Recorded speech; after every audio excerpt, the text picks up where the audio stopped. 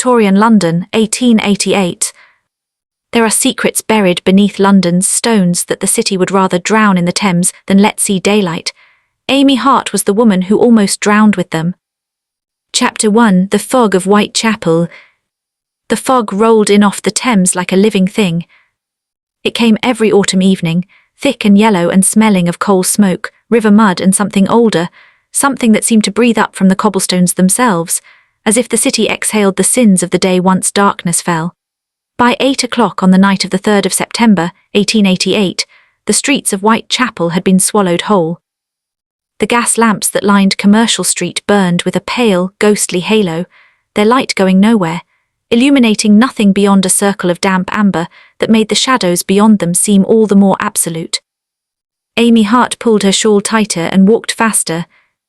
She was 23 years old, small in stature but not in spirit, with dark hair pinned severely beneath a wool bonnet that had seen better decades.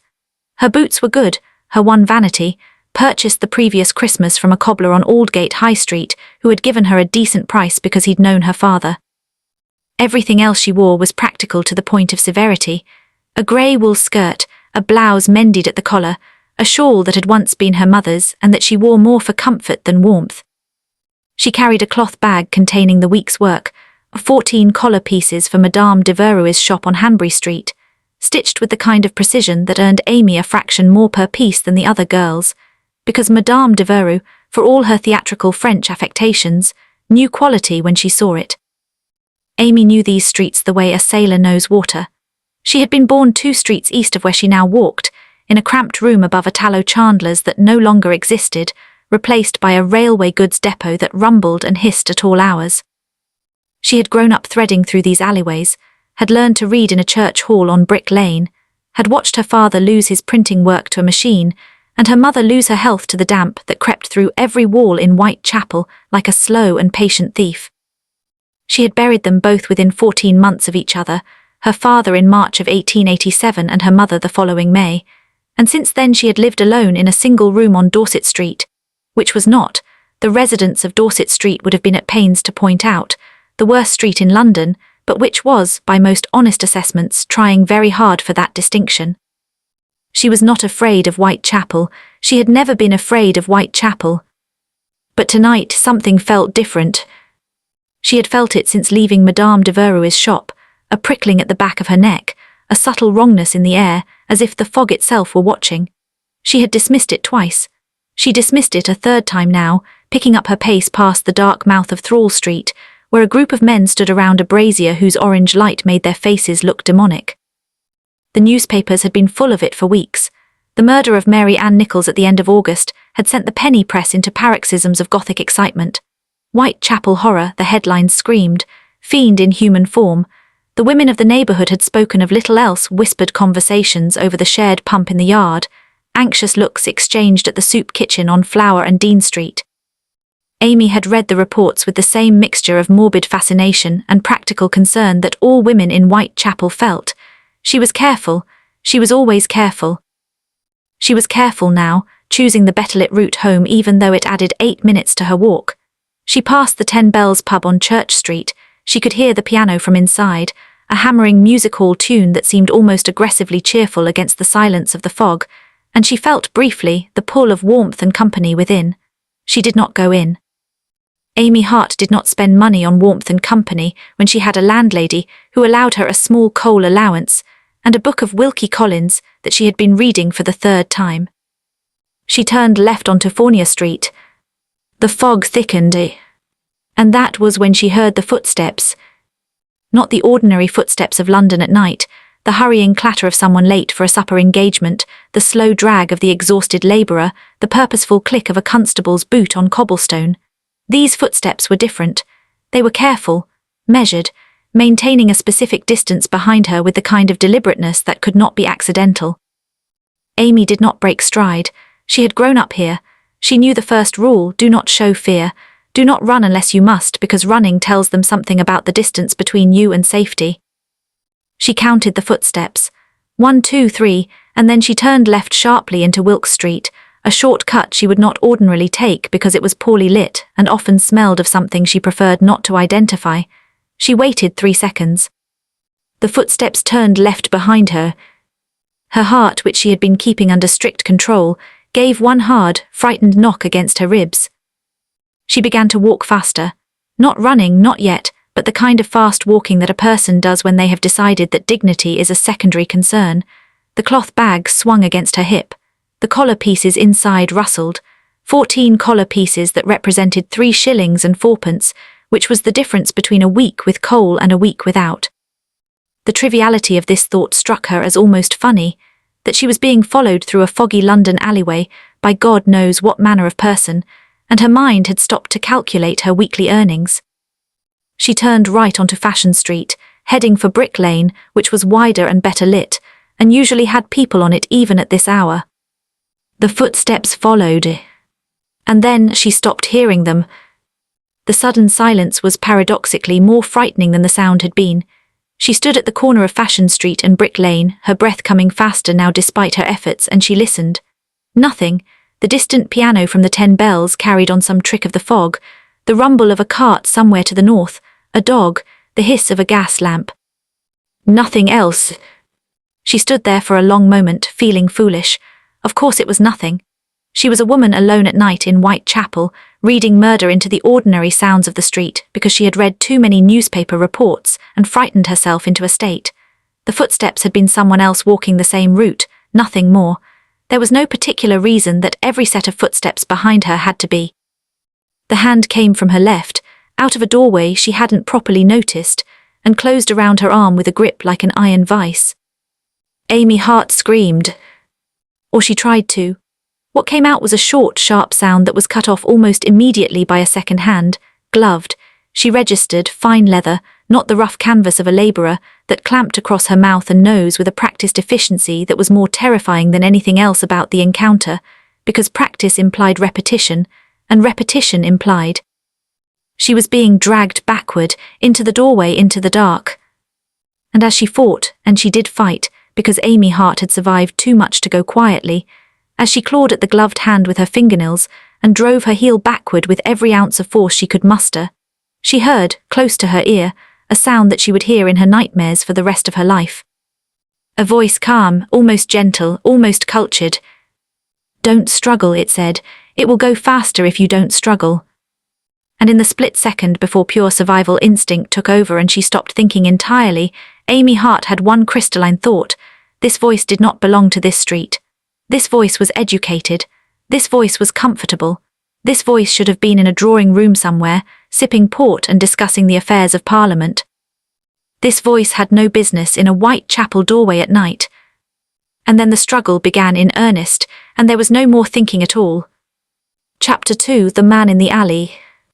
The human body, under sufficient threat to its survival, performs remarkable feats. Amy had always been told she was slight. Her landlady, Mrs. Arner, said it with a kind of proprietary concern. "You want feeding up, girl. You're nothing but wire and worry." And her friend Agnes from the sewing room had a habit of linking her arm through Amy's and exclaiming at her smallness as though it were a curious eccentricity, rather than simply the result of a childhood in which sufficient food had been a variable commodity rather than a constant one. Wire and worry. It turned out that wire, under the right circumstances, could be remarkably difficult to hold. Amy twisted. Not against the grip. She had understood instinctively in the first second that fighting the grip directly was futile. His hands were larger than hers, his arms longer, and sheer force was a contest she would lose, but with it, turning her body in the direction he was already pulling so that she rotated unexpectedly, and his hold shifted, his gloved fingers losing purchase on her mouth for just a moment. That moment was enough.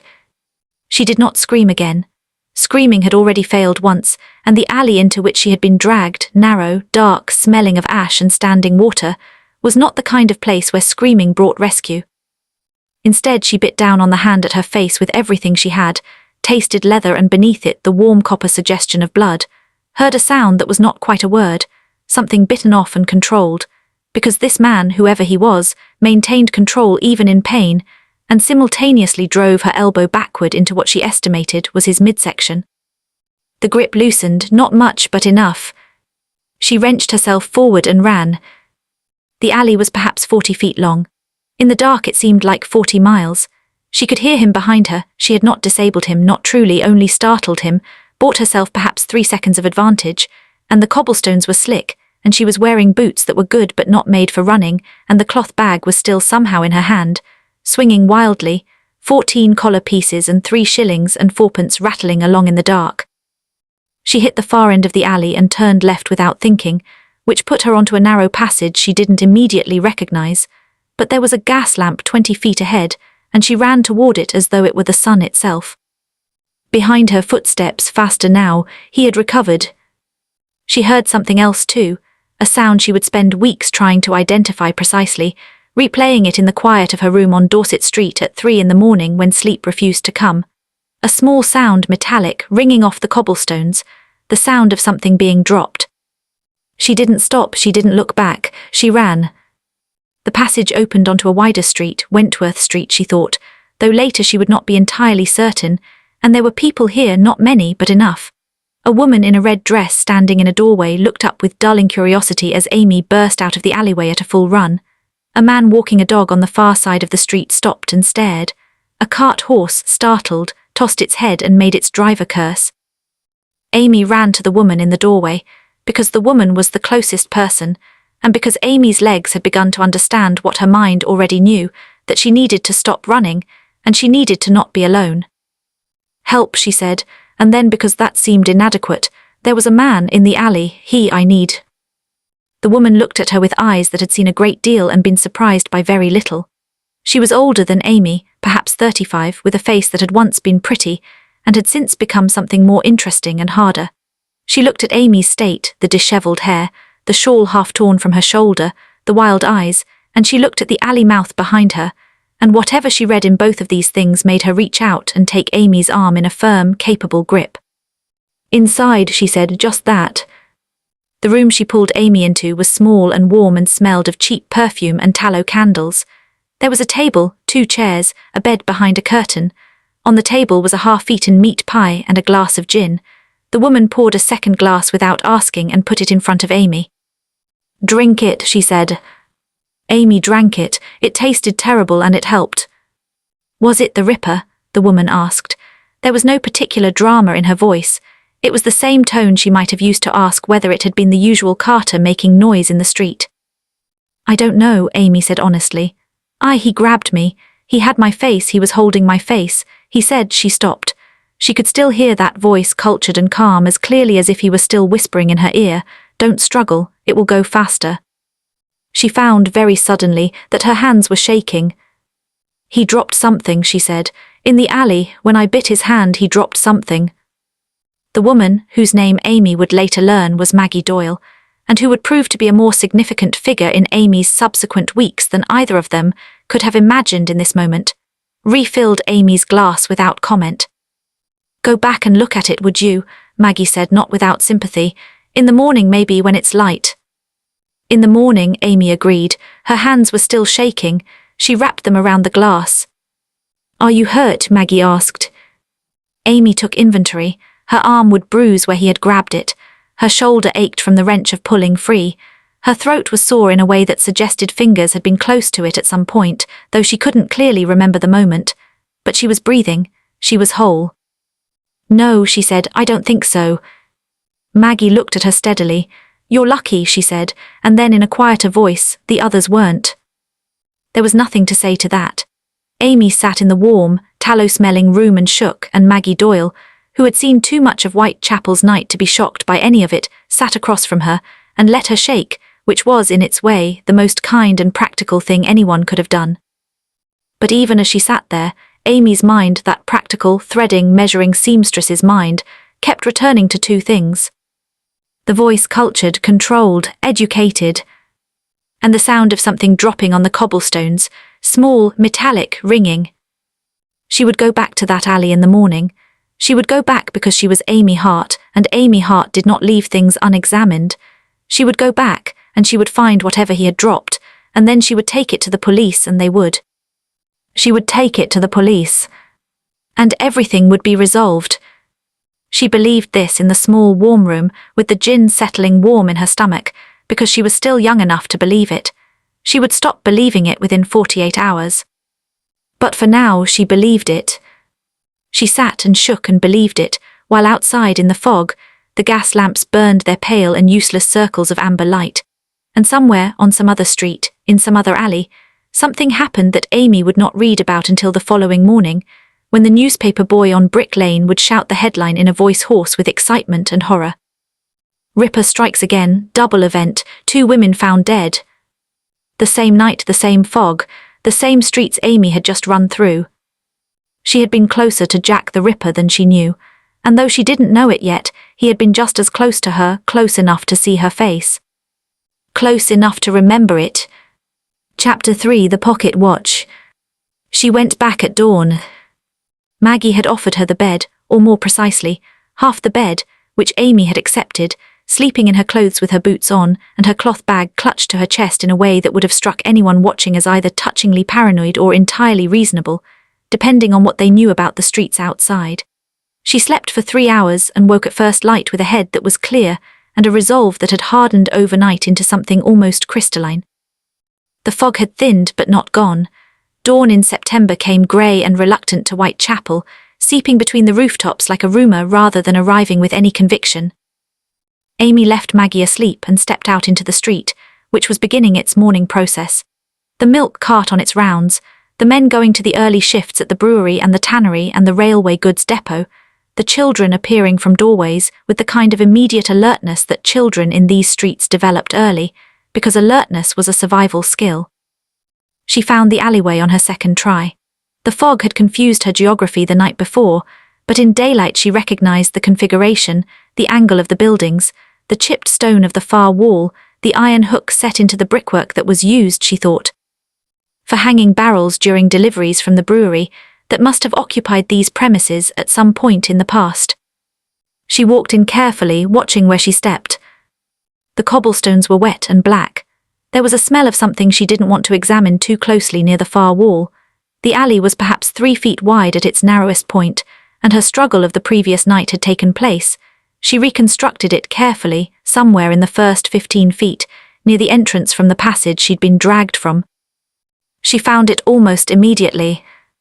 It had come to rest against the edge of a cobblestone, caught in a small channel between stones where the mortar had crumbled away over decades of damp and neglect. It was a pocket watch. Silver, proper silver, not plate, on a short length of silver chain that had snapped, presumably during the struggle. It was the kind of watch that belonged to a man of means.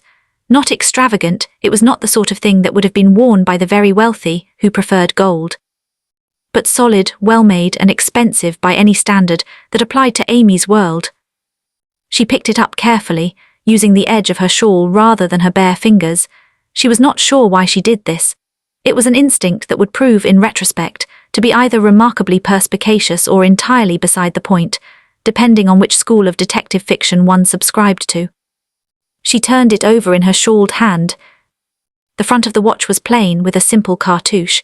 She pressed the release and it opened to reveal a white enamel face, Roman numerals, 2 hands, nothing extraordinary. The mechanism inside was Swiss, she thought, though she had no particular expertise in watchmaking. She had simply grown up around people who talked about things they aspired to own, and Swiss movements were the aspiration of a certain kind of careful, upwardly mobile working man. She turned it over again to the back. And there she found it. Engraved into the silver, not deeply, not prominently, but with the precise, deliberate strokes of a skilled engraver, was a symbol. Amy had expected initials. That was what you put on the back of a pocket watch, initials, perhaps a date, perhaps a short sentiment from a loving wife or mother, or the inscription from a presentation made by grateful colleagues at a retirement dinner. She had not expected what she found, a symbol that she could not immediately identify, though it tugged at something in the back of her mind in the way that things half-remembered from childhood do. It was a circle, perhaps an inch in diameter, with a horizontal line through its center. From the top and bottom of the vertical axis extended 2 short lines like the points of a compass. Within the right half of the circle, 3 small dots arranged in a triangle. Within the left half, a single curved line that might have been a crescent, might have been a stylized letter, might have been neither. She stared at it for a long time. Whatever it was not a personal monogram. It was a symbol with a specific design, deliberate, considered, the kind of thing that meant something to someone. Possibly a fraternal organization, she thought. There were any number of those in London, Freemasons, Oddfellows, the various livery companies and trade guilds and gentlemen's clubs that provided London's professional class with its comfortable geography of belonging. Amy did not move in those circles, but she knew they existed, because the remnants of their regalia occasionally turned up in the second-hand stalls on Petticoat Lane. She closed her fingers around the watch and walked quickly out of the alley and into the growing light of the morning, and she thought, I will take this to the police. Today, this morning, I will go to the station on Commercial Street, which was where the police presence in Whitechapel was centred, where the investigation into the murders was supposedly being conducted, and I will tell them everything. She stopped at the corner of Wentworth Street and thought more carefully. She would tell them that she had been attacked. She would tell them about the voice, cultured, controlled, educated, wholly out of place in Whitechapel at midnight. She would tell them about the gloves, fine leather, the gloves of a professional man. She would show them the watch and its symbol and suggest that it had been dropped by her attacker. They would believe her. Of course they would believe her. She had evidence. She had a story that was coherent and specific and corroborated by physical evidence. She was a respectable woman, well, a working woman, which was the best kind of respectable available to someone in Amy's circumstances, and she was reporting an attack in the context of an ongoing series of murders that had the whole city in a state of barely contained panic. Of course they would believe her. She put the watch in her cloth bag, tucked beneath the 14 collar pieces, and walked toward Commercial Street Police Station. She did not notice the man watching her from the corner of Fashion Street.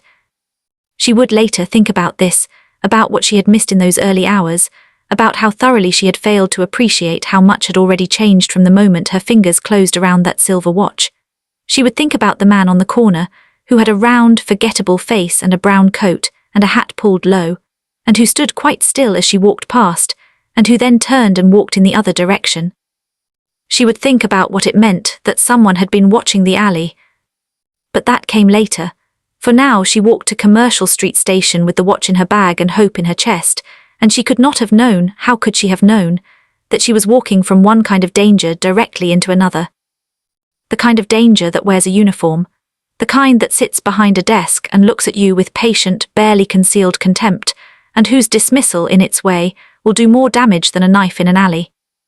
The kind of danger that wears a polite expression and says, I'm afraid we can't help you with that, miss.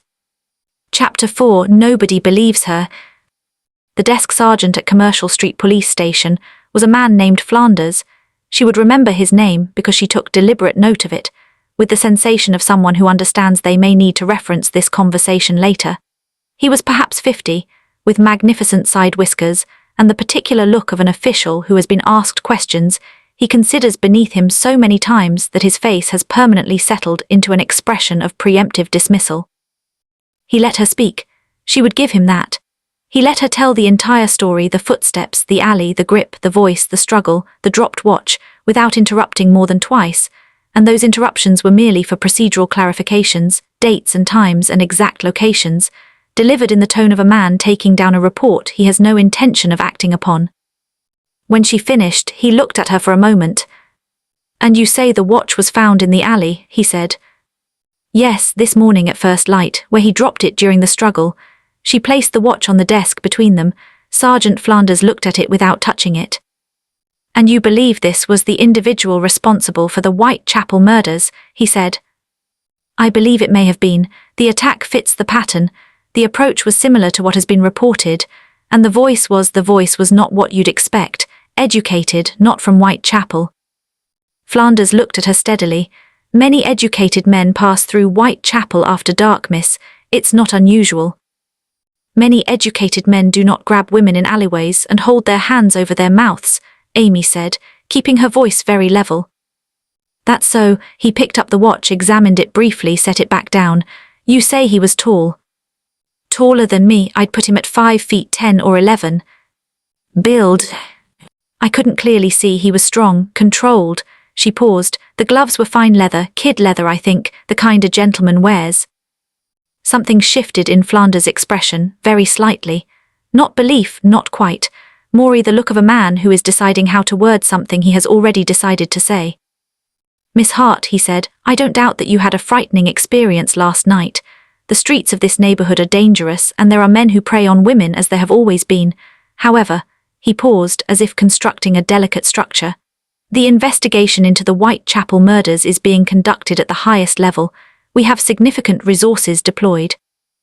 The suggestion that the individual responsible is a gentleman, an educated man, a man of professional means, this is not a new suggestion. We receive many such suggestions. People see things in the fog, miss, they hear things, they make connections that seem compelling in the moment. Amy stared at him. I was attacked, she said. I don't doubt it. He picked up a pen. I'll have a constable note the report. The watch will be, we'll look into the watch. But I must tell you honestly that what you've described, an attacker who left no evidence except a watch that may or may not be connected to the incident, with a symbol you can't identify, in conditions that were, by your own description, extremely dark and foggy. I bit his hand, Amy said. Through the glove he bled. You bit his glove, Flanders said gently, as if correcting a child. Which was on his hand? The blood, if there was any, would have been inside the glove. She felt the first real flare of anger then, hot and controlled. She pressed it down. Getting angry at Sergeant Flanders would help nothing and might, she suspected, be used against her. What about the watch, she said. The symbol on the back, that's something concrete. Flanders looked at it again. It's a symbol, certainly. It could be any number of things, a maker's mark, a fraternal insignia, a personal design, without knowing who owned the watch. The man who owned the watch attacked me, Amy said. There was a silence. Or, Flanders said, someone who had previously come into possession of the watch attacked you if an attack indeed occurred, and the watch and its owner are entirely unconnected to the Whitechapel murders. He set his pen down. Miss Hart, I want you to hear what I'm about to say in the spirit in which it's intended, which is one of genuine concern. There have been a number of individuals in the past weeks who have come forward with stories of encounters, sightings, testimonies. Some of these have been genuine and have contributed to the investigation. Others have been, he chose his next word with care, attention-seeking. The silence that followed this was of a different quality entirely. Amy looked at Sergeant Flanders. Sergeant Flanders looked at his desk. I see, Amy said. Her voice was perfectly steady. She had learned very young that the steadier your voice, the angrier you actually were, and she was angrier than she had been in years. You believe I invented this? I'm suggesting that in the current atmosphere, with the press coverage and the fear, it's entirely possible for a person, a perfectly decent, sincere person, to misinterpret an ordinary event. An ordinary event, Amy repeated. I'll have the report noted, Flanders said, picking up his pen again in a manner that clearly signalled the conversation was concluded. Leave your address. If anything relevant comes up, we'll contact you. She picked up the pocket watch from his desk. She had not intended to do this. She had come here intending to give it to the police.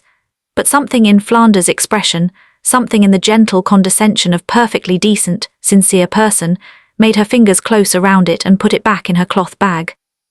I'll keep this, she said, in case you decide you'd like to examine it properly. Flanders looked at her with the patient expression of a man who has decided not to argue. As you wish. She walked out of the station into the thin September sunlight, and she stood on the pavement for a moment, watching the street. A newspaper boy on the corner was shouting the headline about last night's murders, the double event, 2 women found dead, Stride and Eddowes, names she did not yet know but would come to know as well as her own in the days ahead. The city was terrified. The police were conducting the most significant murder investigation in London's history, and Sergeant Flanders had just told her, in the most polite possible terms, that she was lying. She was not lying. And the watch was in her bag. And somewhere in London, a man with an educated voice and fine kid leather gloves was walking around with a bite mark on his hand, and the police had just decided that Amy Hart's story was not worth pursuing. She stood there in the thin sunlight and she thought, with the cool, precise clarity of a woman who has had to solve her own problems for most of her adult life, if the police will not investigate this, then I will have to. It was not courage exactly. It was closer to simple arithmetic. There was a problem, the problem needed solving. Amy Hart was the only person available to solve it. She pulled her shawl straight and walked back toward Whitechapel.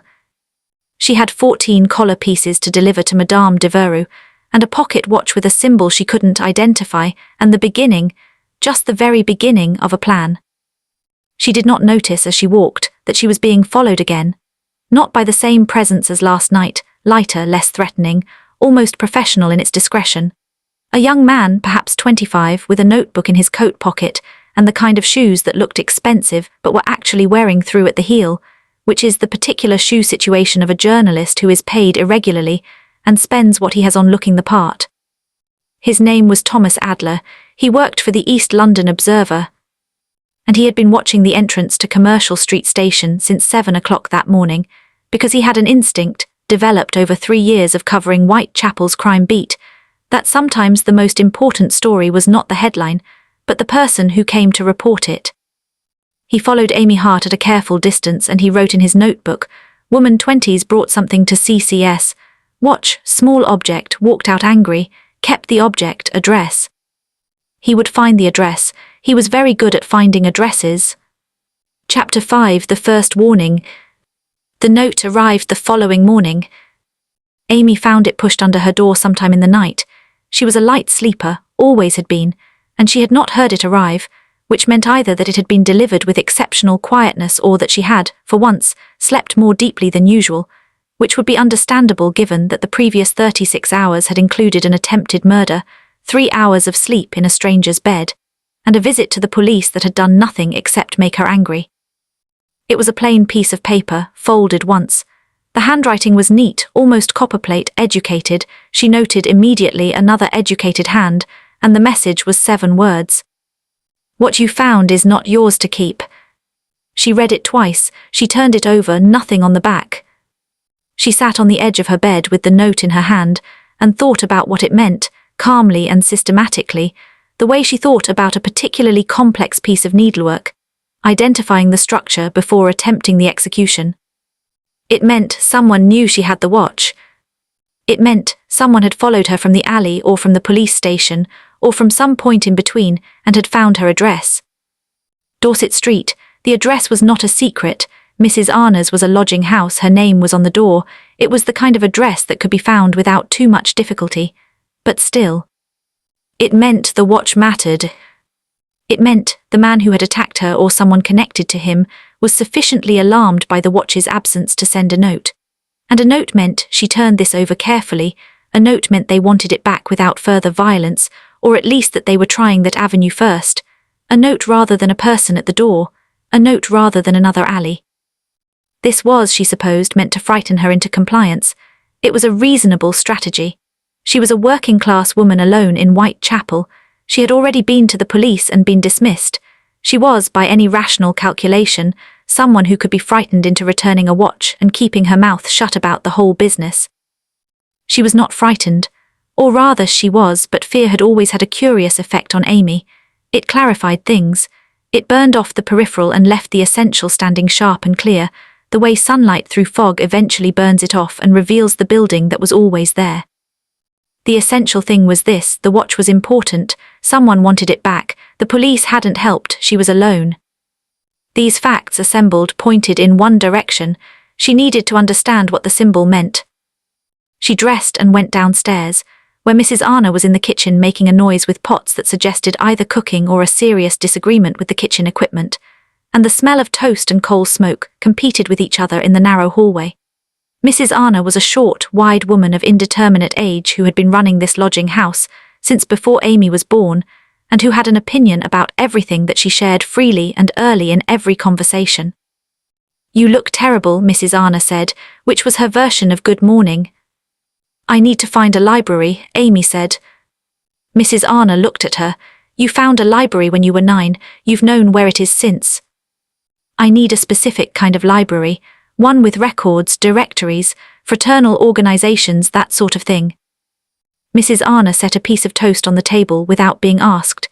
Amy sat and ate it, because she had learned long ago that refusing Mrs. Arna's toast was a battle not worth having. "There's the Guildhall Library," Mrs. Arna said. "My late husband's cousin worked there, God rest him. They've got directories and such. And there's the British Museum reading room if you've got a reader's ticket, which I don't suppose you have." Amy did not have a reader's ticket to the British Museum reading room. She did have a connection, through the church hall where she had learned to read, to a retired schoolteacher named Miss Pemberton who lived on Stepney Green and who had, at various points over the years, provided Amy with books, references, and the occasional loan, and who might, Amy thought, be persuaded to help with access to the kind of reference materials that would not be available at the Whitechapel Public Library. She was eating her toast and thinking about who she knew who might have that kind of knowledge when the knock came at the front door. Mrs. Arner went to answer it. Amy heard a male voice, fairly young, asking for Miss Hart. She heard Mrs. Arner's interrogative response. Mrs. Arner was not a woman who admitted people without thorough prior interview, and then footsteps in the hall and Mrs. Arner appearing in the kitchen doorway with a look of suspended judgment. "There's a young man," she said, "from a newspaper, says his name is Adler." Thomas Adler was 26 as it turned out, and had the slightly rumpled, slightly hungry look of a man who worked very hard and slept inconsistently. He had a pleasant enough face, nothing remarkable about it, except a quality of alertness, eyes that moved and noted things before his expression caught up with them. He was wearing the shoes with the wearing heels that Amy had not observed because she had not known he was behind her, and a coat that had once been quite good and had since been thoroughly used. He introduced himself with what Amy assessed as genuine rather than performed politeness, and accepted Mrs. Arner's offer of tea with the gratitude of someone for whom a hot drink was not a casual matter. "I saw you at Commercial Street Station yesterday morning," he said, once Mrs. Arner had retreated to a position of strategic monitoring in the doorway rather than actual withdrawal. "I've been watching the station. I cover the murders for the Observer." "I know the Observer," Amy said. "You print a great deal of hysterical nonsense." He acknowledged this with a tilt of his head that was neither agreement nor disagreement. "We print what sells, but I'm also trying to print what's true, which is occasionally harder." He looked at her directly. "You weren't seeking attention. I watched Flanders' face when you came out. You'd given him something and he'd dismissed it." Amy considered him. The working journalist in this scenario was a potential resource and a potential problem in roughly equal measure. The East London Observer was not the sort of paper that handled stories with discretion, and Amy was acutely aware that becoming publicly named as a woman who claimed to have been attacked by Jack the Ripper and survived. But also, Thomas Adler covered the Whitechapel murders. He had access to information she didn't. He knew the investigating officers, the case details, the geography of the story. And he was here, which meant he had already found her address, which meant she was already in his awareness whether she cooperated or not. "What do you want?" she asked. "What happened to you?" he said simply. "Your story, and whatever you took away from that police station." "I didn't take anything from the police station. They did nothing with it." His eyes sharpened slightly, so there was a something. A long pause. In the doorway, Mrs. Arner pretended to be examining the wallpaper. "I found a watch," Amy said. "In the alley where I was attacked. I brought it to the police. Sergeant Flanders declined to pursue the matter." "Can I see it?" "No, not today." She looked at him steadily. "Mr. Adler, if I were to speak with you, and I'm not yet saying that I will, it would be on specific terms. Nothing printed without my approval. No use of my name without my explicit permission. And any information you have about the investigation is shared with me as I share it with you." He looked at her for a moment with what seemed like genuine surprise, and then something that might have been respect. "You want to investigate yourself?" "I want to find out what that watch means," Amy said, "and the police are apparently not interested in doing so, so yes." He looked down at his tea, then back up at her. "Those are unusual terms for a source." "I'm not a source," Amy said. "I'm a witness who is being disbelieved and apparently followed by someone who wants me to stay quiet. I need information. You need a story. That seems like the beginning of an arrangement." Another pause, then Thomas Adler smiled, genuinely she thought, not the press conference smile of a man performing camaraderie. "All right," he said. "Deal." Mrs. Arner in the doorway made a sound that was not quite a word. Amy took out the watch. She set it on the table between them, symbol side up. Thomas Adler leaned forward, and she watched his face change, the alertness sharpening into something close to recognition, or at least the recognition of significance. He did not touch it. He looked at the symbol for a long time. "Do you know it?" Amy asked. "No," he said, "but I've seen something like it." He looked up. "There's a man I think you should meet, a doctor. He's been interested in the case from the beginning, longer than most.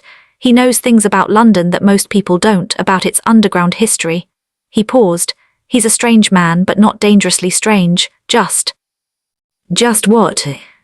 He sees patterns, Thomas said, in things that look like chaos, and whatever that symbol is, he looked at it again, it's not chaos.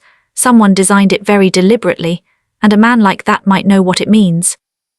Amy looked at the symbol on the watch. 3 small dots in a triangle, a circle bisected, a curved line. Somewhere in London, a man with a bite mark on his hand had already figured out that she had it, had already sent her a note telling her to give it back. She thought of the voice in the alley, cultured, controlled, don't struggle, it will go faster. Arrange a meeting, she said. She had not yet noticed the second note. It had been pushed under her door while she was talking to Thomas Adler. Mrs. Arner found it later when she went to sweep the hallway, and when she read it, she went pale enough that Amy was genuinely concerned about her. It said, the last woman who asked questions is buried on Berry Street. You could join her. Chapter 6, The Hidden Symbol. The doctor's name was Edmund Reeves.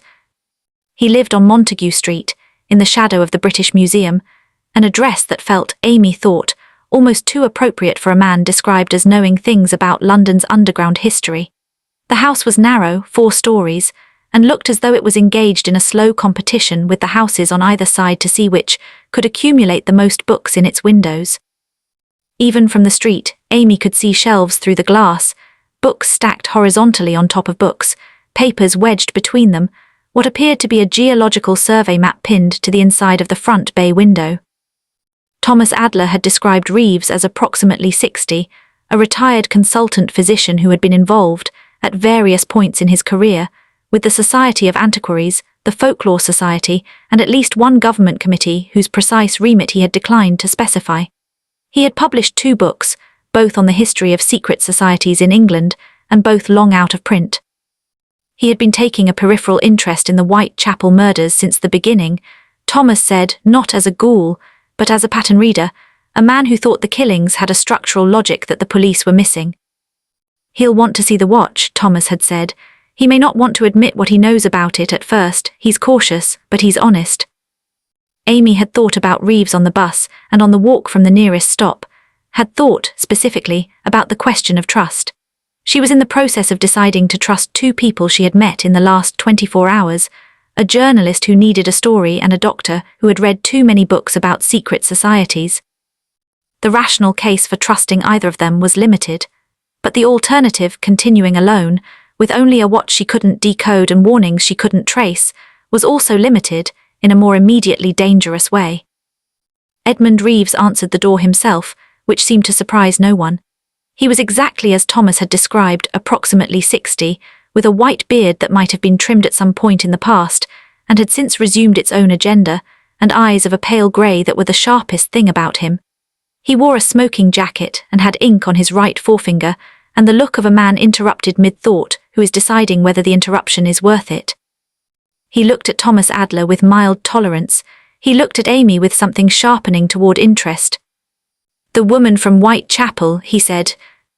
Amy glanced at Thomas. Thomas had the grace to look slightly guilty.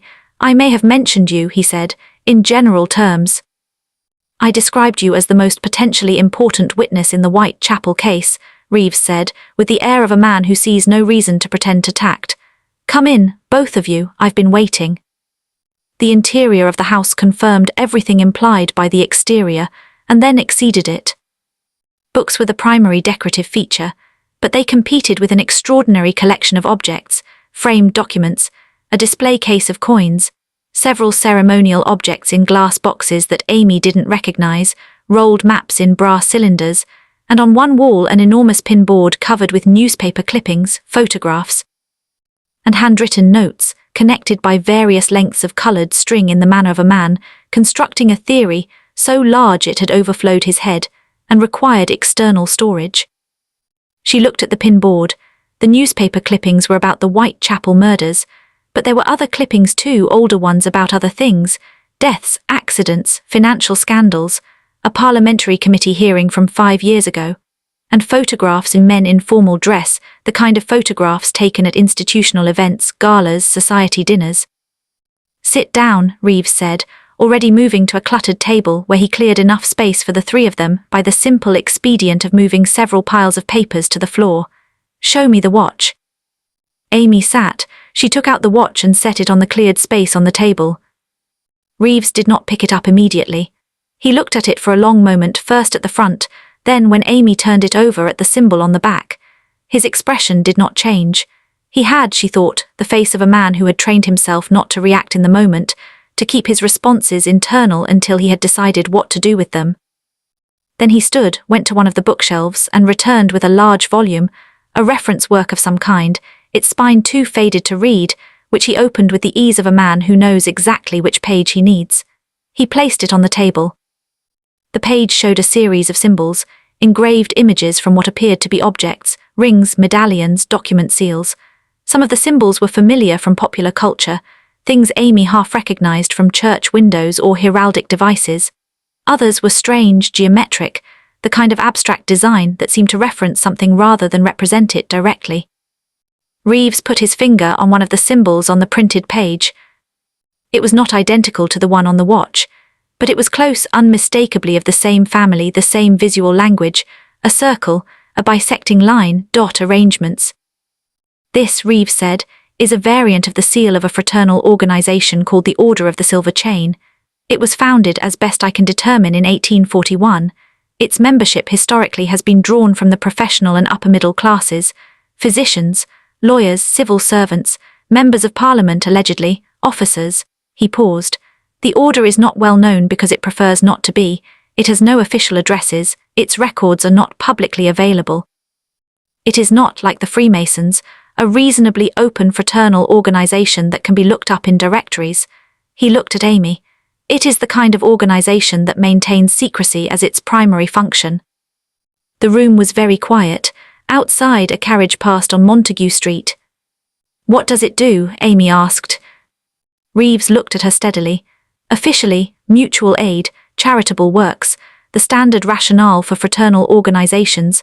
Unofficially," he closed the book carefully, "I have spent 15 years attempting to understand what the Order of the Silver Chain does unofficially.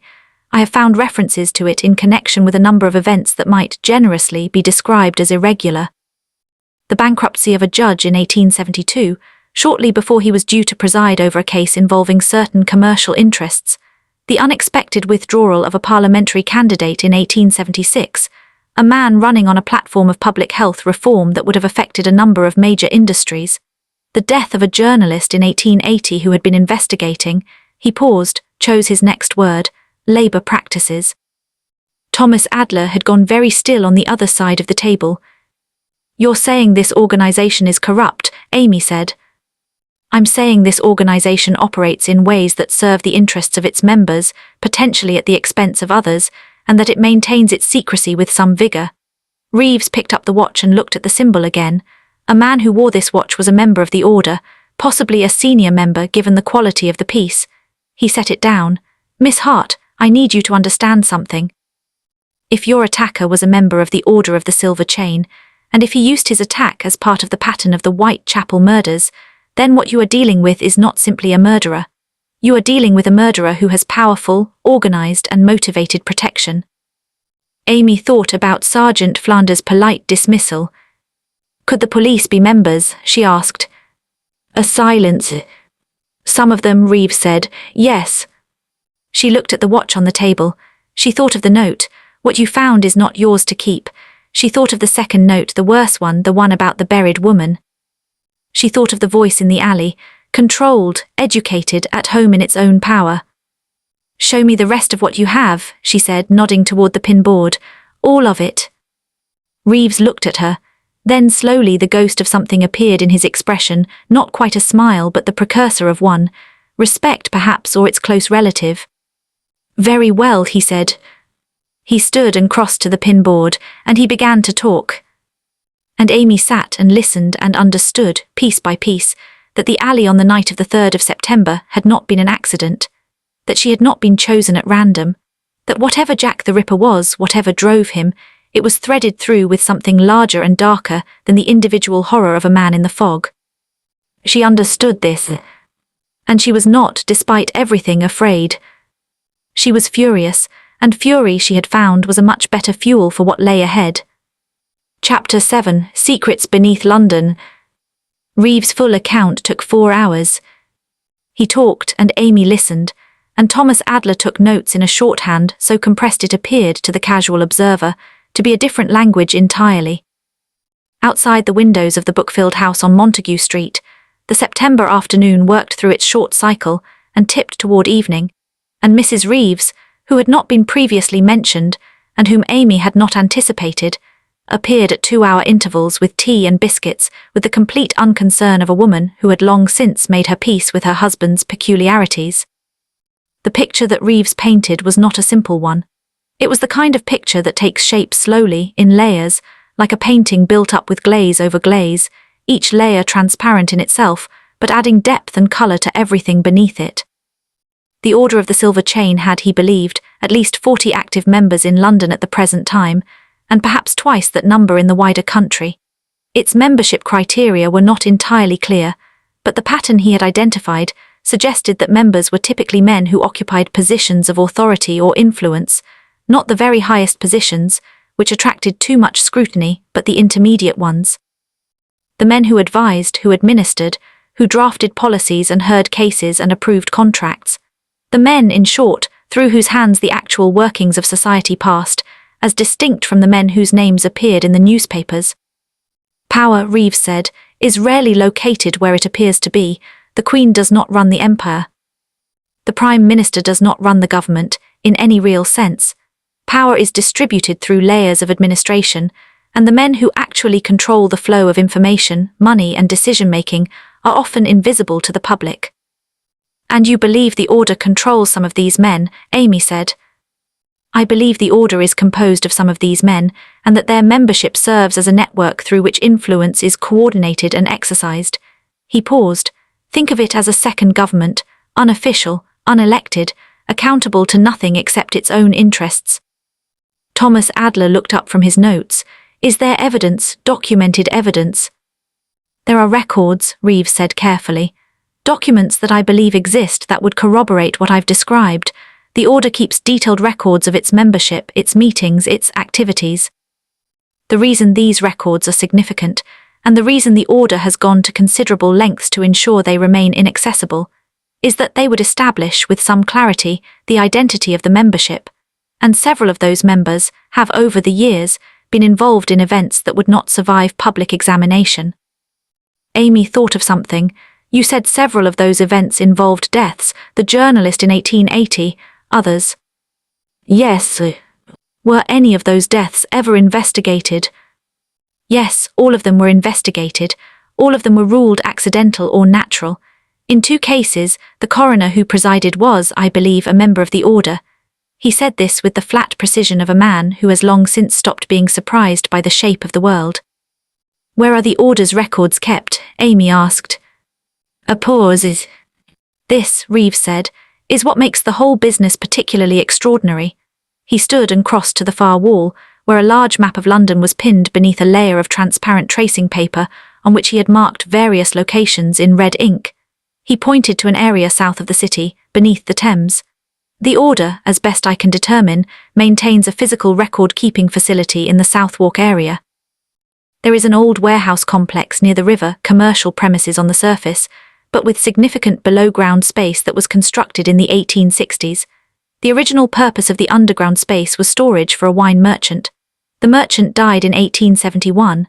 The property passed through several hands and eventually came to rest in the ownership of a company called Meridian Storage, which I spent some time establishing, exists entirely on paper.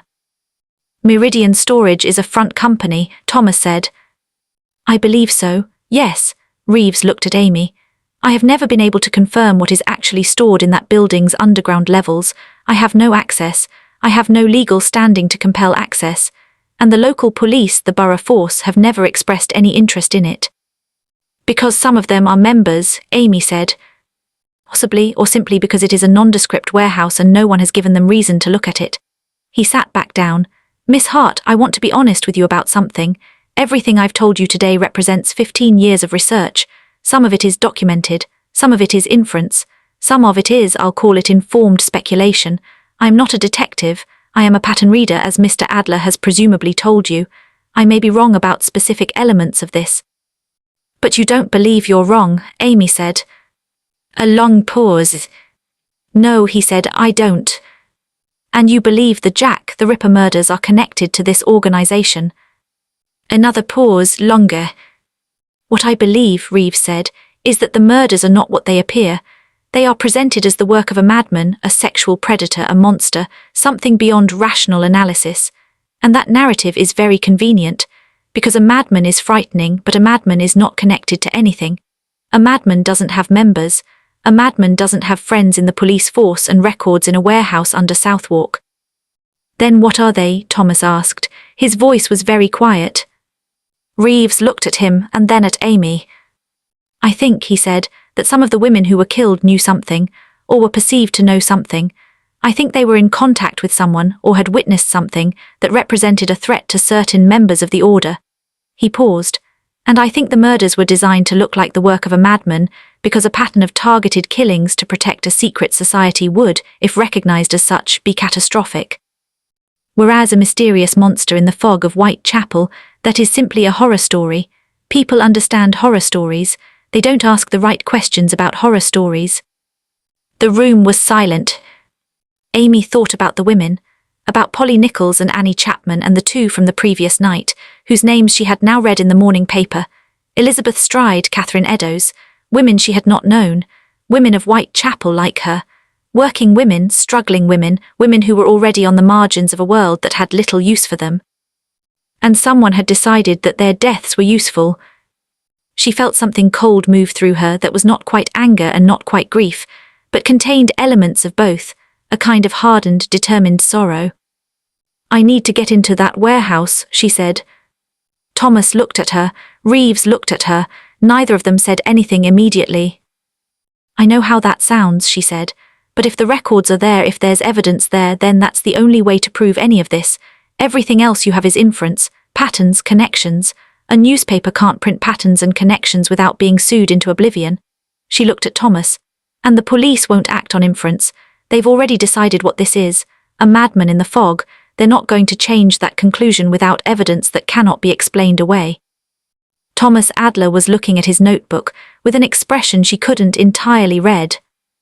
Reeves was looking at her with the same expression he'd had at the door, that sharpening toward interest.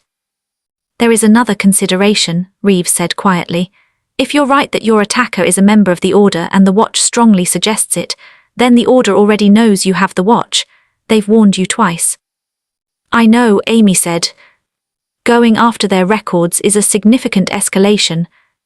I know that too. They have already killed at least 4 women.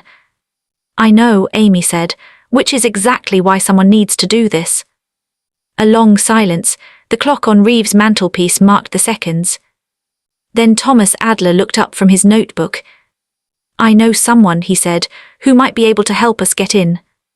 He said this in a tone that suggested the someone was not entirely the kind of person you would introduce to your mother, and that the help would not be entirely the kind of help you would acknowledge in polite company. Amy nodded. Tell me. Outside it had begun to rain. The October rain of London, thin and cold and persistent, that falls not dramatically but with a grey determination that suggests it has no intention of stopping for several days, and that makes the city's stones gleam like the backs of something submerged. In a warehouse near the Southwark riverfront, somewhere in the dark below ground, records waited, names waited. Amy Hart looked at the map on Reeves' wall, at the red ink circle marking the building near the river. And she thought, I'm coming. Chapter 8, The List of Names. Thomas Adler's contact was a man called Peter Sly. The name was almost certainly not his real one, though it had been used consistently enough over the years that it might as well have been. He operated out of a room above a print shop on Fetter Lane, which put him in that liminal zone between the city proper and the areas that serviced it, and he had the sharp, watchful quality of a man who had spent his life operating in the spaces between legality and its opposite. Not exactly a criminal, not exactly not. He was, Thomas explained as they walked through the rain toward Fetter Lane the following evening, a purveyor of information. He had contacts in warehouses and shipping companies and banks and government offices, and at least 3 newspaper offices. He knew things, and he facilitated people finding things out. Whether this was legal depended on how you looked at it and how expensive your lawyer was. "He'll want paying," Thomas said. "How much?" "Depends on the job. Getting into a warehouse in Southwark and finding documents, I'd say £2 minimum, possibly £5 if it's particularly secured." Amy thought about the week's earnings. The 14 collar pieces, 3 shillings and 4pence. She thought about her savings, which were not large, but which existed. She had been very careful with them because she had no one to catch her if she fell. "I'll pay it," she said. Thomas looked at her sideways. "Amy." "I'll pay it," she said again. She had started thinking of it as an investment in not being followed through foggy streets and found eventually in an alleyway by a man with an educated voice and kid leather gloves. Peter Sly received them without surprise, and with the air of a man who has heard most things already and would hear the rest eventually. He was small and thin, perhaps 45, with the prematurely creased face of someone who had spent a lot of time squinting at documents in poor light. He listened to their account with his fingers laced on the table in front of him, and when Amy showed him the watch, the symbol, he looked at it for a long moment, and then set it down with a deliberateness that she had come to recognize as the gesture of someone suppressing a stronger reaction.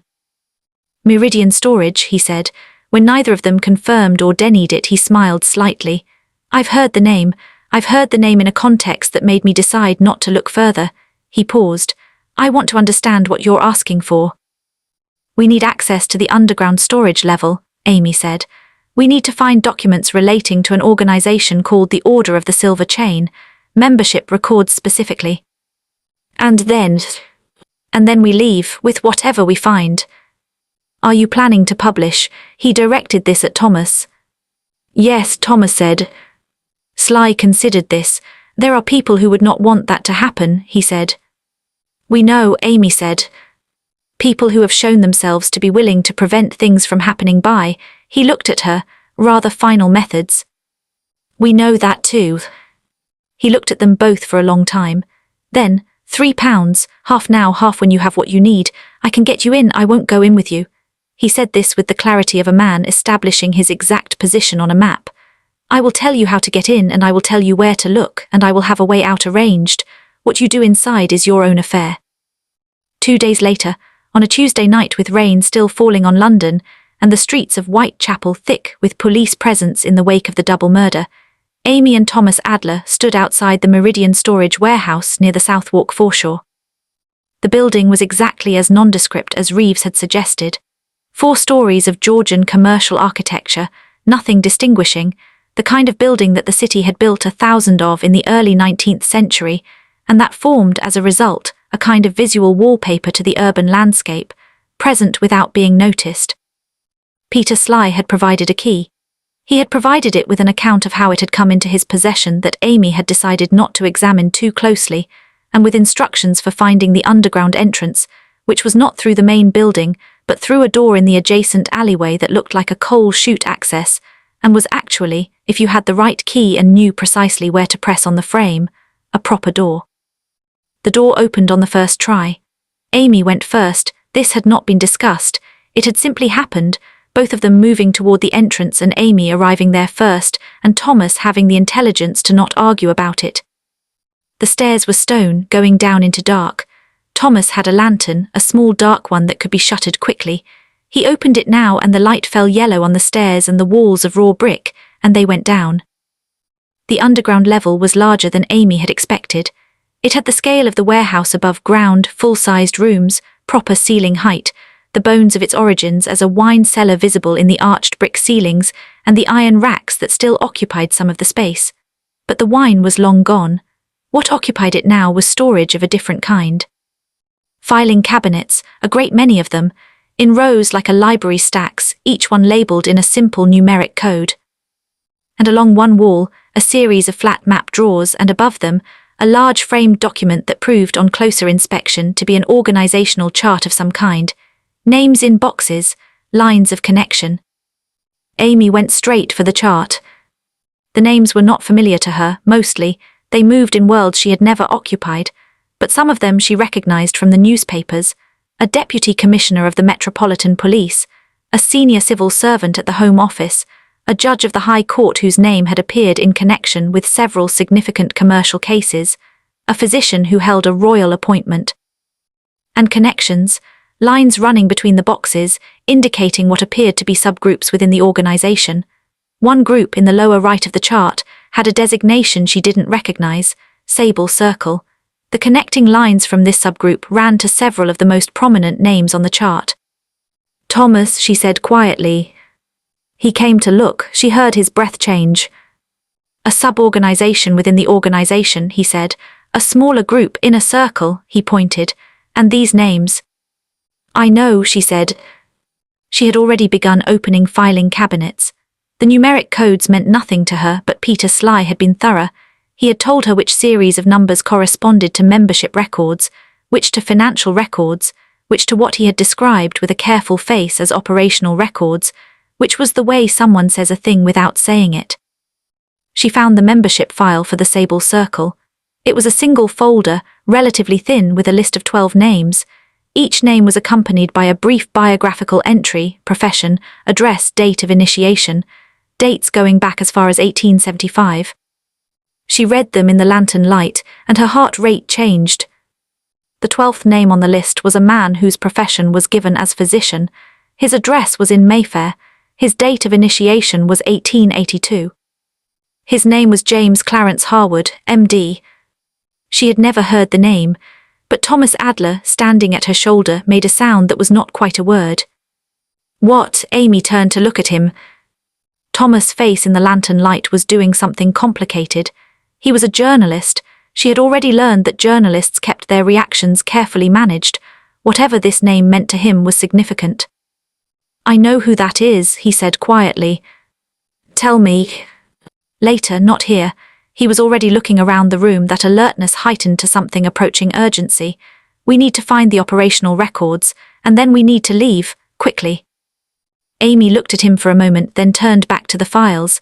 The operational records series. She found the right cabinet, pulled the drawer. There were individual folders, each titled with a date. She opened the most recent, and she began to read. And as she read, standing in the underground room beneath a Southwark warehouse in the rain-wet silence of a London night, Amy Hart understood what the Whitechapel murders actually were. Not a madman in the fog, not a monster without context. She understood who was being protected. She understood what secret was large enough to kill for. She understood why the police had been pointed at the wrong conclusions, why witnesses had been dismissed, why certain lines of investigation had been quietly abandoned. She stood in the lamplight and read, and she was neither frightened nor angry in this moment. She was simply certain, clear, the way a well-cut piece of cloth is clear, no excess, every edge exactly where it should be. We need to copy this, she said. How much time do we have? Thomas asked. As long as we need, Amy said. Hand me the notebook. He handed it to her. She began to write. Outside, on the streets of London, rain fell on the Thames and the cobblestones and the dark mouths of the alleys and the pale circles of the gas lamps.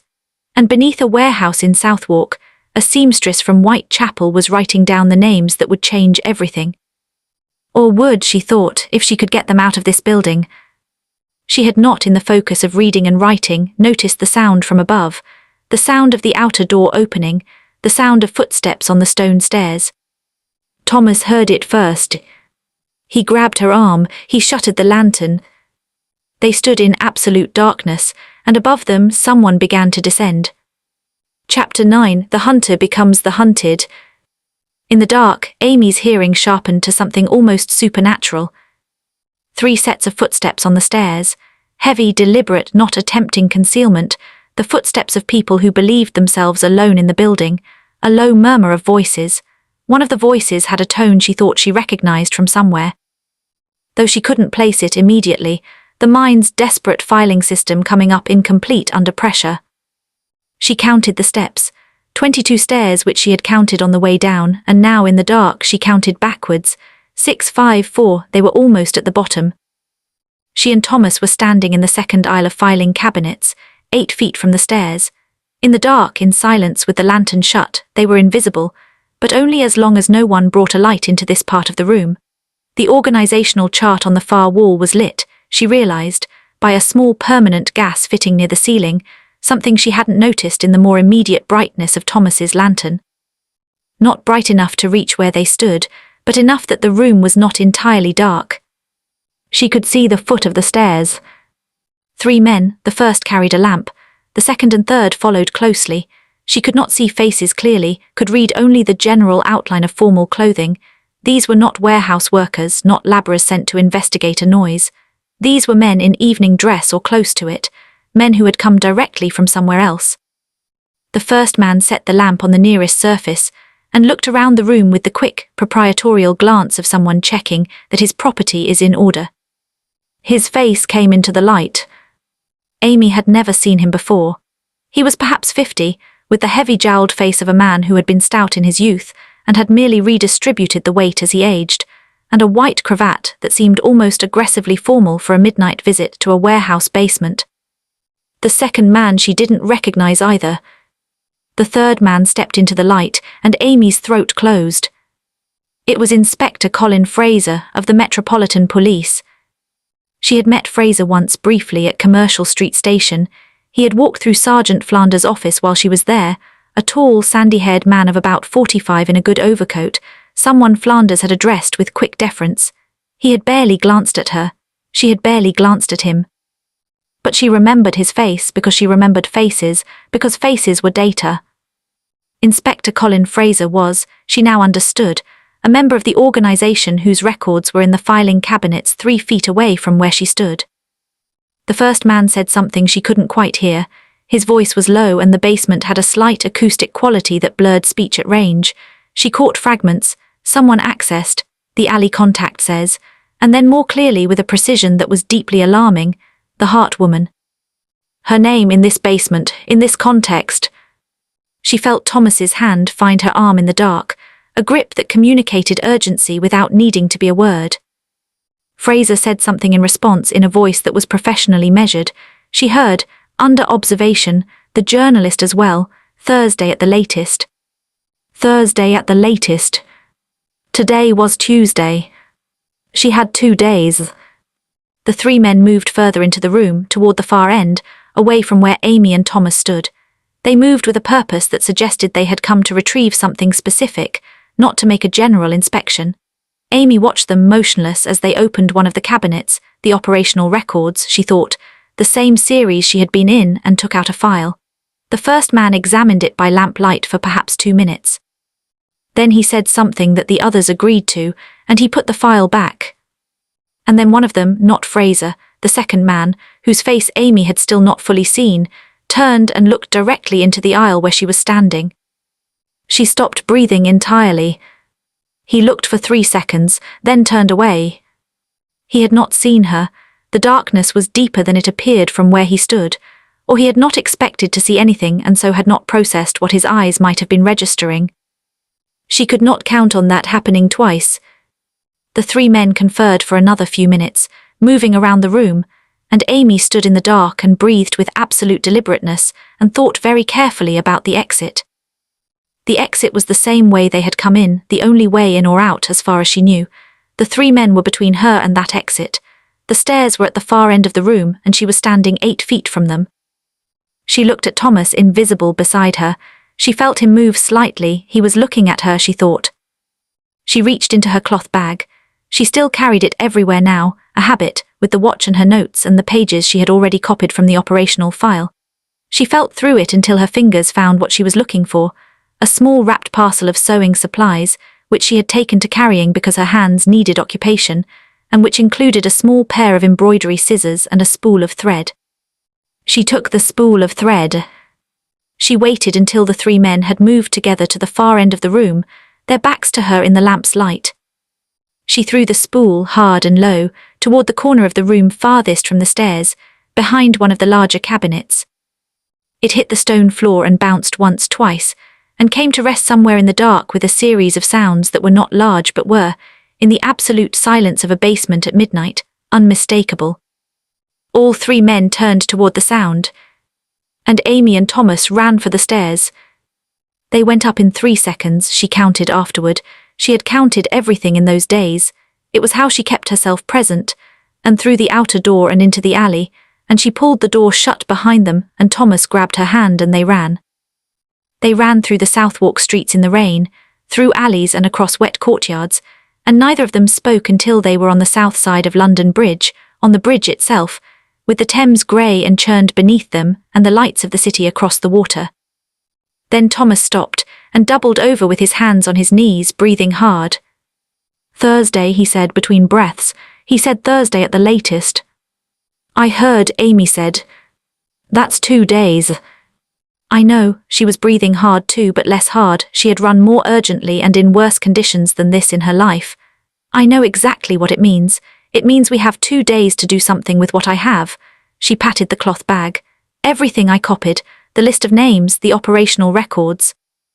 "We need to go to Reeves," Thomas said. "Tonight, now, he needs to know what we found." "Yes," she looked across the river at the London skyline, the black shapes of the buildings against the slightly lighter black of the rain clouds, the sparse lights of the sleeping city. "And then we need to decide where to go, because my room on Dorset Street is no longer safe." "I can. "No," she said, "not your place either. They know about you." She had heard Fraser say, the journalist. "We need somewhere they don't know about."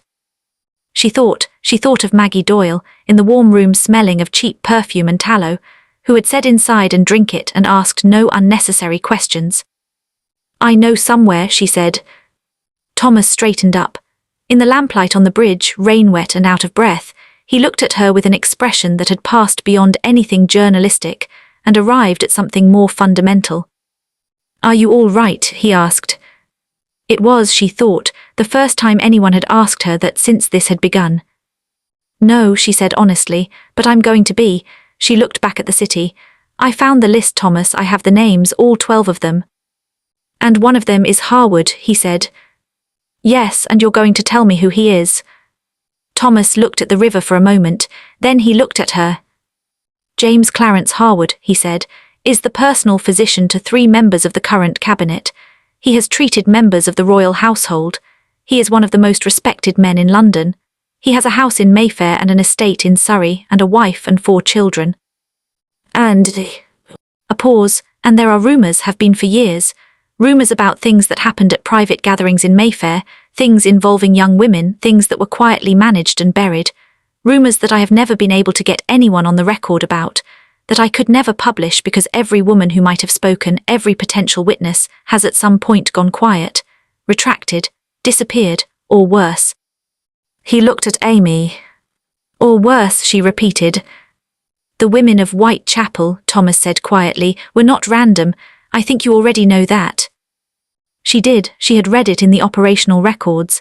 She had not yet allowed herself to fully process it, because processing it required stopping. And stopping required being somewhere safe, and they were not yet somewhere safe. But she knew. "Come on," she said. "We'll go to Reeves first and then Maggie's." She set off across the bridge, and Thomas followed, and behind them the rain fell on the Thames and the grey water moved as it always moved, carrying everything along with it, secrets and sins and bodies and bones, the great indifferent river that had watched London's history for 2,000 years and would watch it for 2,000 more. Chapter 10, The Midnight Meeting. They reached Edmund Reeves' house at midnight. He answered the door in his smoking jacket, which suggested he had either not been to bed or had been called back from it by some premonition, and he took one look at both of them, drenched, white-faced, Thomas with a slight cut on his forehead, where he had run into a low beam in the alley, Amy with the cloth bag held against her chest like something precious and delicate, and stepped back without a word to let them in. Mrs. Reeves appeared from somewhere upstairs with towels, and the expression of a woman adding this to a long mental list that she would address with her husband at some future, calmer moment. She said nothing except to direct them to the fire in the study, which was lit, and to the whiskey decanter on the sideboard, which was full, and then she withdrew again with the self-possession of someone who had made a calculated decision to not know specifics. Amy sat in front of the fire and spread the copied pages on the low table, and Reeves read them. He read them slowly, thoroughly, the way a man reads something that he has been theorizing about for 15 years and is now seeing confirmed. Amy watched his face. She had learned to read faces. It was part of surviving in a world where people's words and intentions were not always aligned. And what she read in Reeves' face as he turned each page was not surprise, not vindication exactly, but something closer to grief. The grief of a man who discovers that what he suspected about the worst aspects of human nature was correct. Thomas sat across the fire and said nothing, drinking whiskey and looking at his notebook. When Reeves finished, he looked up. "The Sable Circle," he said. 12 members, Amy confirmed, including Inspector Fraser and a man named James Harwood. "I know the name Harwood." Reeves said this quietly in a way that suggested it was not news. "I had a connection to him on the board, but with a question mark. The connection was never confirmed." "It is now," Thomas said. "Tell me what the operational records said," Reeves said. He looked at Amy directly. "In your own words, exactly." She told him. The operational records, she explained, were a series of files covering a period from 1879 to the present. Each file was titled with a date and contained what appeared to be minutes, formal records of decisions made at meetings of the Sable Circle. The language was careful throughout, encoded in a way that was deniable, nothing said directly, everything spoken of in circumlocutions that would mean nothing to an outsider who stumbled across them but were, to Amy reading them in context, entirely clear. The most recent operational file from the previous spring made reference to a problem of disclosure. Someone had been talking. One of the men in the Sable Circle or connected to them had shared certain information with women he had associated with in Whitechapel, information about meetings, about practices, about names, information that, if it reached a journalist or a policeman not under the Circle's influence, would be catastrophic. The file referred to this problem as the archive issue, and the decisions recorded in the minutes were not about addressing the source of the problem, the man who had talked. They were about eliminating the recipients of the information, the women. The women who, in the late summer and autumn of 1888, were dying in the alleys of Whitechapel. "My God," Thomas said, into the silence that followed. "It gets worse," Amy said. "There's a name in the second-to-last file, a woman's name. She's described as the primary disclosure risk. She's listed as managed in the most recent file. That word, managed." She looked at Reeves. "Her name was Mary Jane Kelly," she said. The room was quiet. Mary Jane Kelly. The name meant nothing to Amy yet because Kelly was still alive on this night. She would not die until the 9th of November, in a room on Miller's Court just around the corner from Amy's lodging house on Dorset Street. But Amy did not know that. She only knew that a woman's name was in a file in a Southwark warehouse, listed as a target. "We need to warn her," Amy said. "Do you know who she is?" Thomas asked. "No, but we need to find her. If her name is in that file." "Finding her and warning her is one thing," Reeves said carefully. "But Amy, you understand that warning her doesn't solve the problem. As long as the Circle is operational, as long as these men have power and protection." "I know," Amy said, "which is why we need to move faster than Thursday." The three of them looked at each other across the fire. "There's another factor," Thomas said. He had been quiet since they'd arrived, processing something, and now he said it. "Harwood." "Tell us," Reeves said. Thomas set down his whiskey glass. 3 weeks ago," he said, "I interviewed a retired police surgeon, a man named Openshaw who was involved in the early post-mortem work on the first victims. He told me something that he had told no one else as far as he knew, something he'd been asked to keep confidential by a senior officer. He told me because he was old and sick, and he'd been carrying it." "What did he say?" Amy asked. "The nature of the wounds," Thomas said slowly, "the precision and the knowledge they demonstrated. Openshaw said, and I'm quoting him directly, he said that whoever did this had surgical training, not just general medical knowledge, specifically surgical. And specifically, he said, the technique in certain of the incisions was consistent with training he had seen before, many years ago, in a specific context." He looked at Amy. "In the operating theatre at St. Bartholomew's Hospital in the mid-1870s, where he himself had trained. And Harwood was a senior registrar at St. Bartholomew's in the mid-1870s. The fire crackled. "So Harwood is the man in the alley," Amy said. "It wasn't a question." "I believe so, yes." "Then he's the man whose watch this is." She reached into the cloth bag and took out the pocket watch. It sat in her palm, silver and silent in the firelight. Reeves leaned forward. "There is another thing," he said. "Something I should have told you earlier, but I was not certain of the connection until now. He stood, went to the pinboard, and came back with a small photograph, the kind taken at a formal event, a dinner or ceremony. I took this from a newspaper archive 2 years ago. I circled this man at the time because his name appeared in connection with the commercial case I was examining. He held the photograph out to Amy. A dinner, men in formal dress standing in rows for the camera, the way formal dinners are recorded. In the second row, third from the right, a circle in pencil. Amy looked at the circled face. She had seen that face before. Not clearly enough to describe it to a sketch artist, not with enough precision to go to the police and say this is the man. The encounter in the alley had been dark and brief, and she had been fighting for her life. But she had seen that face. She had seen it for 1 second, as he lunged toward her and she twisted away, as the lantern light from the end of the alley caught his profile for the space of a heartbeat. James Clarence Harwood, MD physician, member of the Royal College of Surgeons, personal physician to cabinet members, husband and father and resident of Mayfair. She looked at his face in the photograph. Yes, she said, her voice was perfectly steady, that's him. In the basement of the house on Montague Street, the furnace settled with a sound like something exhaling. Outside, the rain continued its patient assault on London's rooftops. And Amy Hart looked at the face of the man who had tried to kill her and said, quietly and precisely, "We need to arrange a meeting, tomorrow, with someone who can actually do something with what we have." "Who?" Reeves asked. "Not a policeman," she said immediately. "Not from the Metropolitan Force, not while Fraser is in it," she thought. "A newspaper, a proper one, not the Observer. I'm sorry, Thomas, but the Observer doesn't have the weight for this. The Times or the Telegraph." She paused. "Or a Member of Parliament, one who's not in this organisation and who has enough standing that they can't simply be removed." "There's a man," Reeves said carefully, "a member for a constituency in the north. He's been asking questions in the House about the Whitechapel investigation for the past several weeks, pressing the Home Office on the deployment of resources. He's been persistently ignored." "He's not in the circle." "No, he's from a textile family, northern. He has no connection to the London professional class to speak of." "Can you contact him?"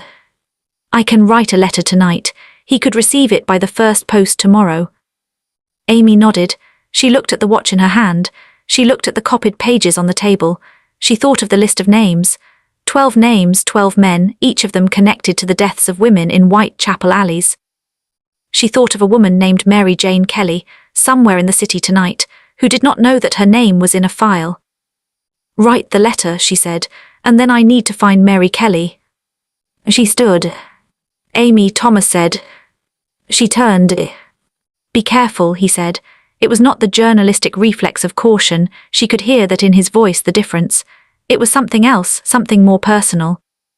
She looked at him. "I will," she said. "I've been careful my whole life. I'm very good at it." She picked up the cloth bag with the watch and the copied pages and the notes, and she thought, Thursday, we have until Thursday. 2 days. She had survived on less. Chapter 11, The Face Behind the Monster. The morning of Wednesday, the 17th of October, broke clear and cold over London. The first genuinely clear morning in nearly 2 weeks. The sort of autumn morning that looks like an apology for everything the weather has recently done. The sky a specific shade of blue that appears in English autumns and nowhere else. So clear and cold it looks like it might ring if you struck it. Amy had not slept. She had spent the remaining hours of Tuesday night and the grey beginning of Wednesday morning at Maggie Doyle's, writing. She wrote everything, all of it, from the footsteps on the night of the 3rd of September, to the symbol on the watch, to Sergeant Flanders' dismissal, to the basement in Southwark, to the names in the operational file, to the face in Reeves' photograph. She wrote it in the clear, precise narrative that she had developed over years of keeping accounts, her parents' accounts, her own accounts, the small tight records of a life lived without margin for error. She wrote it once for herself, and once for Thomas, and once for Reeves, and once, in a careful fair copy, for the Member of Parliament in the North, because Reeves had sent his letter overnight, but Amy believed in redundancy when the stakes were sufficiently high. Maggie sat across the table and periodically brought tea and did not ask questions, because Maggie had the intelligence that comes from years of reading situations rather than being told about them, and what she read in Amy's face told her that questions were not what was needed. At 6 in the morning, Amy stopped writing. She looked at the stack of papers. Evidence. Not conclusive, perhaps lawyers could pick at it, powerful men could obfuscate it, the circular defenses of wealth and connection could slow it. But it was something, it was documented, it was real. She put the watch in the center of the table, looked at it. And then she asked Maggie the question that had been sitting at the back of her mind since the previous night. Do you know a woman named Mary Kelly? She would be from around here, about this area. Maggie looked at the watch, then at Amy. Mary Jane Kelly. Yes. I know her to see, she rooms on Miller's Court. Why? I need to speak with her. Today I need to warn her.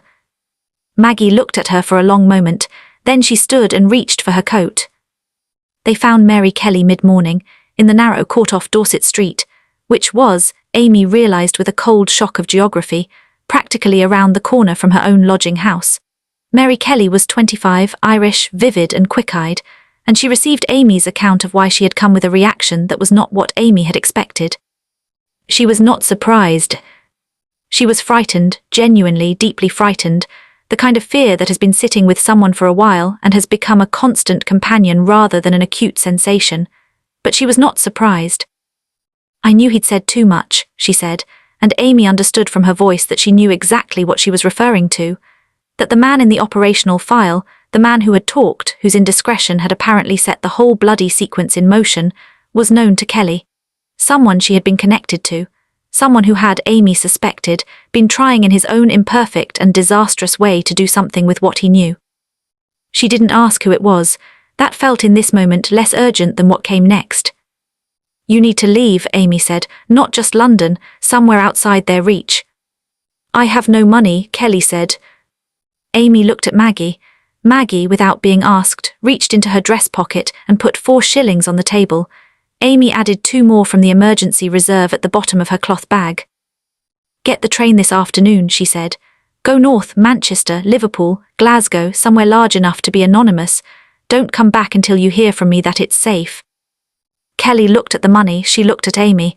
Why are you doing this? She said. You don't know me.